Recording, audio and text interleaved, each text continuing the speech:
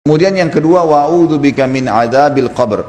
Aku berlindung kepadamu dari azab kubur. Dan sudah kita jelaskan pada pertemuan-pertemuan kita yang lalu, azab kubur akan datang kepada seseorang walaupun belum pasti dia masuk ke neraka.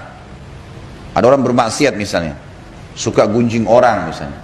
Sebagaimana hadis yang pernah kita jelaskan, waktu Nabi SAW lewat di dua kuburan, beliau berkata apa? Sesungguhnya dua penghuni kuburan ini sedang disiksa. Dan mereka menganggapnya bukan dosa besar, tapi ketahui itu dosa besar. Yang satu tidak cebok pada saat kencing, najis saja, tidak bersihin dirinya. Yang satu ngadu domba. Di sini kata ulama hadis, di akhirat nanti amal baik dan amal buruknya tetap ditimbang.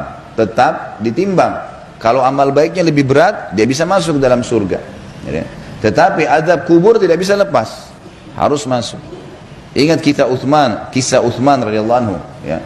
Utsman bin Affan yang mulia. Beliau radhiyallahu anhu pernah menangis waktu membaca ayat tentang kuburan. Kemudian orang-orang berdatang sampai pingsan, dibangunkan, istrinya suruh panggil para sahabat Nabi yang masih hidup. Coba lihat Utsman, ada apa nih? Yang sudah meninggal dunia, dibangunin sampai sadar. Lalu ditanya, kenapa hai Utsman? Dia bilang, tadi saya baca tentang kuburan, maka saya ketakutan. Kata mereka, apakah kamu takut sementara kamu ini siapa? Anak mantunya Rasulullah SAW, menikah dengan dua anak perempuan Nabi SAW, kemudian membiayai peperangan-peperangan Nabi SAW, dapat jaminan surga, semua kelebihan disebutkan.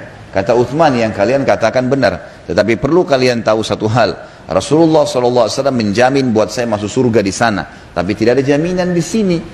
Dari mana saya tahu kalau saya disiksa dulu di kuburan baru kemudian masuk surga nanti? Maka harus hati-hati teman-teman sekalian. Jangan lalai terusin. Sampai kapan kita mau bermaksiat? Sampai kapan kita mau buang-buang waktu kosong? Kalau ada di antara anda yang hadir di sini diuji sama Allah, ada cobaannya berat, wallahi teman-teman sekalian bersyukur kepada Allah. Saya mengatakan anda harus sujud syukur kepada Allah karena dicoba. Loh kok bisa Ustaz? Sakit parah kah, bangkrut usaha kah, banyak utang terlilit. Kenapa? Karena ulama, cobaan itu adalah kasih sayang Allah kepada dia. Karena dengan cobaan tidak ada waktu bermaksiat. Tidak ada waktu bermaksiat. Mana ada orang kalau stroke diajak ke diskotik bisa? Nggak mungkin.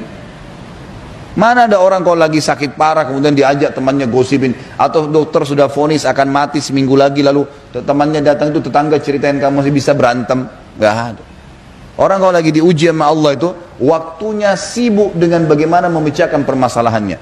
Dan pada saat dia ikhlas, dia kembali kepada agama, dia akan dapat jalan keluar. Dia tahu itu adalah peninggian derajatnya, pengampunan dosanya, maka dia dapat manfaat yang sangat besar. Dia dapat manfaat yang besar. Jadi bersyukur kalau datang cobaan sebenarnya. Karena cobaan itu akan menyibukkan kita dan akan memangkas panjang sekali umur kita. Yang dikhawatirkan justru kalau tidak ada cobaan ini kita malah habiskan dalam kemaksiatan kepada Allah. Dan akan ada konsekuensi pembersihan. Dosa seperti segelas racun. Anda tahu itu racun atau tidak, tetap berefek. Jangan bilang nggak ada efeknya. Sekecil apapun.